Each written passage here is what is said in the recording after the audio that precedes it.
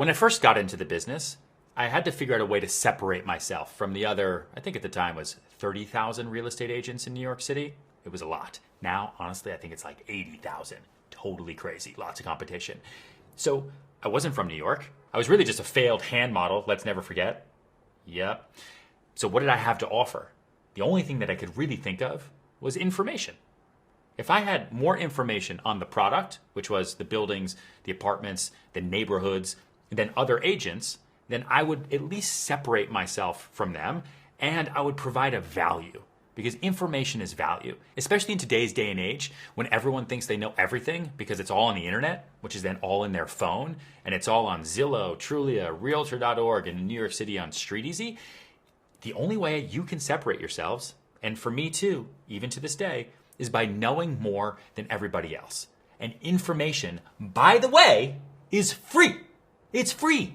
You have a phone, right? You have a computer, you have a library, you have your ability to talk to people and ask questions. It's not that hard. And it blows my mind how lazy people are. You know how often I meet a real estate agent at a listing and I ask them a question like, hey, where's the closest place to park? Where's the closest place to get a coffee? And they have no idea. I ask them simple questions and they just don't know. And in the city, it's like, how many apartments are in this building? They have no clue because they just don't care. Who would ever want to use that person? Imagine going to the doctor, okay? You have a hurt shoulder. You go to the doctor and you meet with the doctor and you say to them, I hurt my shoulder. What do I do? And the doctor says, I don't really know. I think I should do this. Let's try it. We'll figure it out.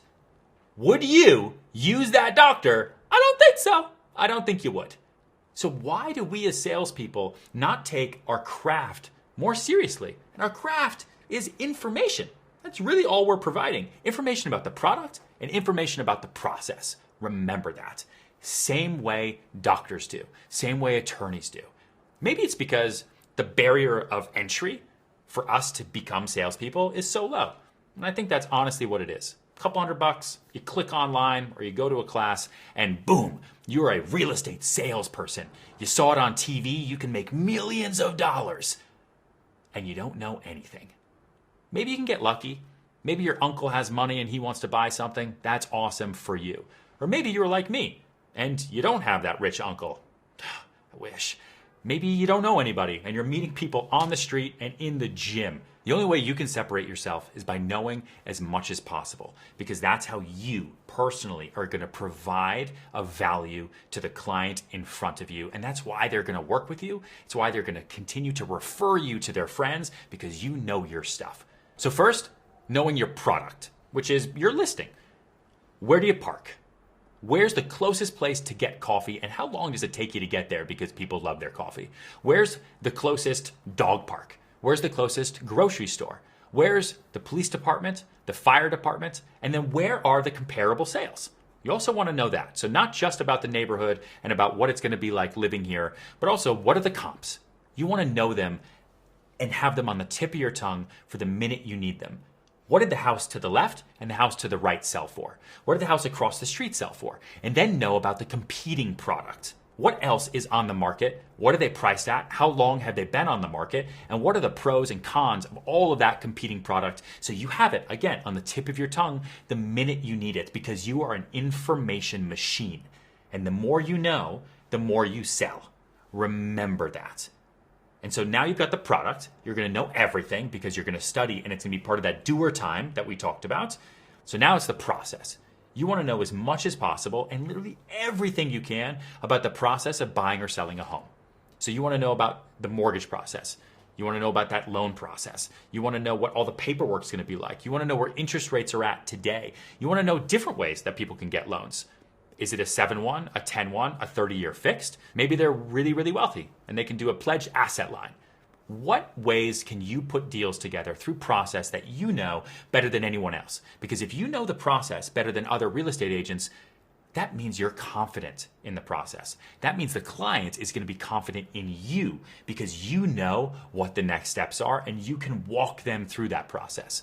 Part of the process too isn't just the loans. It's, do you know real estate attorneys? Yes, you do. You can connect them. Do you know general contractors because this home needs a renovation? Yes, you do. You can connect them. Do you know moving companies because they're going to need to move? Yes, you do, because you've done this so many times. You can connect them. Do you know other people in the neighborhood who'd be good to talk about why this neighborhood is good to be in or why it's not? Yes, you do. I've been doing this a long time. I can connect you because you have information on the process and you've got information on the product. And last but not least, information on the client. The easiest thing you can do with everyone you meet is know about them. And today, especially with Instagram, Facebook, Twitter, LinkedIn, everything, it's so easy to find information on people. Not in a creepy way, but in a, hey, I saw you went to the baseball game last night. That was awesome. I was there too. Or did you see that happen in the ninth inning? It'll enable you to start conversations. It'll enable you to find something in common you have with someone you've just met or someone you're trying to keep a conversation going with over a long period of time. Get people's birthdays. Every day, I say happy birthday to no less than 10 people because it's in my calendar, because over the last 10 years, I get every birthday from every client. You know how rare it is for a salesperson to wish a past client happy birthday? And I don't do it because I want to go to their birthday party, although that would be awesome. I do it so that they remember me, so that they know my real estate broker just said happy birthday. Oh yeah, Jim yesterday in the office was saying he wants to sell his place. Ryan, thanks so much, man. Yeah, I feel so old. Anyway, I'm connecting you to my friend Jim. He mentioned something yesterday. Had I not just said happy birthday, that immediate connection never would have happened. Is it going to happen every day? No way. But is it going to happen over the course of my career? Absolutely. And I want those deals too. So remember, you want to be an information machine. You want to separate yourself from the internet, which gives information and doesn't explain it and doesn't give context. And you want to separate yourself from every other agent in the business. So know the product, know the process, and know your client, and you will sell more.